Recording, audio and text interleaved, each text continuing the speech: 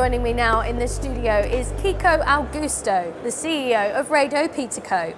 Welcome to the studio. Thank you, thank you.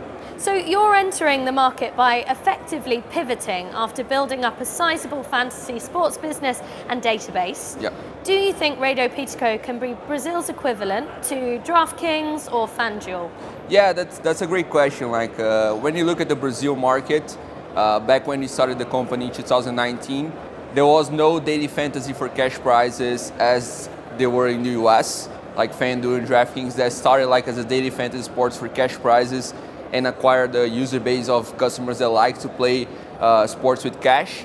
And that's exactly what we did. We follow the playbook of DraftKings and FanDuel. We look a lot of those companies. We have Nigel Eccles in our board. He's part of our board and he co-founded FanDuel. And yes, that's a playbook that we found out. We're gonna acquire a lot of customers that play fantasy sports for cash prizes. And later on, when the market is regulated, we're gonna enter the regulated market with a huge user base. And that's what happened, right? Right now, we're in the regulated market with a big user base of customers that like sports. And how have you found the pivot from fantasy to fixed odds betting? Yeah, for us it was interesting because different from the US, Brazil was kind of more a gray market where companies could operate from offshore. And we were the customer, we were the company playing the long-term game, so we didn't go offshore. We stayed onshore since the beginning with the fantasy sports. So we tried pretty much what we tried was get closer and closer to sports betting, but even though still being a fantasy sports platform. So we tried new models like the Pick'em, which is getting some famous in the US as well, like Prize Picks and Underdog. And those customers are kind of heating up for the regulated market with finally launching the sports betting platform, which was great because we acquired a lot of knowledge with the fantasy platform, even though we were not sports betting, but we acquired a lot of knowledge to launch this product. So Pitaco was one of 14 companies to receive a full license. How much of an advantage does that give the company in what is sure to be a hugely competitive market? Yes, that's one of the things that we think pays off on the long run. Is because we build a great relationship with the regulators. We are the company that are onshore since the beginning. So we have a great relationship with the regulators and they know we don't have anything bad on our end. And the point is that it finally pays off because we are the only company, right now we are the only company in the App Store because out of those 14 that got the definite license, none of them have a mobile app and we started as a mobile app, native mobile app. So we are solo for now in the App Store. So those things pay off in the long run. So we are one of the 14 that got the definite license and have nothing pending and ready for the next 5 years. And so other than the app and bearing in mind the competition, what does Pitaco do to differentiate itself from other operators? Yeah, the point that we talk a lot, how we're gonna differentiate ourselves, we are a tech native company, so we think more in a Silicon Valley startup mindset. I have a tech background, my co-founder has a tech background as well. And what we did on the fantasy side is that we build a product from scratch. So we don't use white labels, we don't delegate the product. We are Brazilians and we understand the Brazilian customers. I was a sports bettor on the other side, I played fantasy on the other side. So it's kind of we know how to craft products for Brazilians. We did that with the fantasy, we got to the first position in the fantasy platform. And now it's we're gonna enter way more competitive market. But the way that we're gonna enter the market is we're gonna build a product from scratch and we're gonna craft a product for Brazilians because we know how the Brazilian customers behave, we understand them. We are Brazilians on the other side, so yes. And tell me about your experiencing of the licensing process. What's that been like?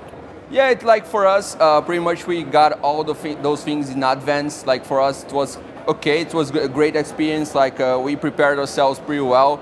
Also to have all the documents, everything ready. So we pretty much we were the third company to apply, but the first one to get all the documents ready. So for us, it was great because having this great relationship with the regulators, of course, we prepare ourselves way better and the process was fine for us. And were there any challenges you didn't foresee?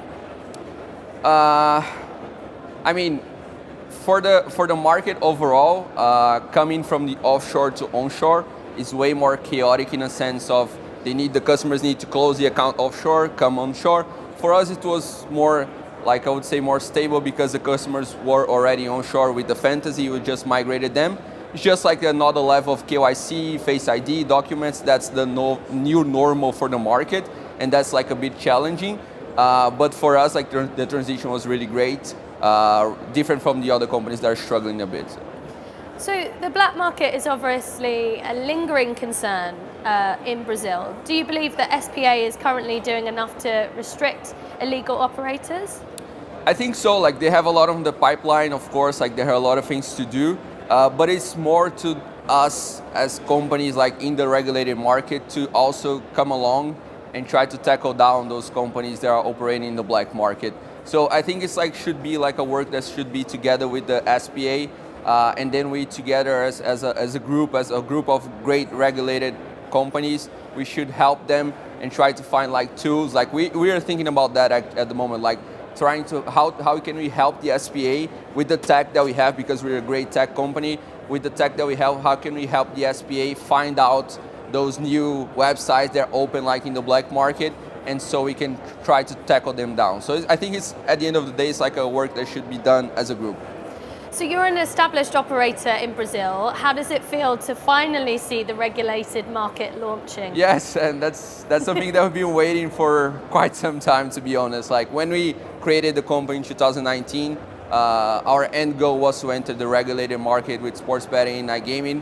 And it's like in 2022, it was almost regulated, like legalized, not regulated. And we're always like on this, are we going now or not? No, now it's going to be, and it's not. And finally, like we are here, like with the regulated market, and it's amazing. Like it's amazing to finally kind of like close the loop that we had of like, let's create a great product, like the full entertainment product for Brazilians, not only the sports betting, the iGaming platform as well. And so let's have this experience as a whole, because our users like already like the fantasy, they like our brand, they trust us, but they didn't have the sports betting because we were waiting for the regulated market. So finally, being able to grant them this product, like this new experience, like for us, is amazing. Kiko, thank you for coming to see us at the iGB at iStudio. Great to meet you. Thank you. Nice meeting you.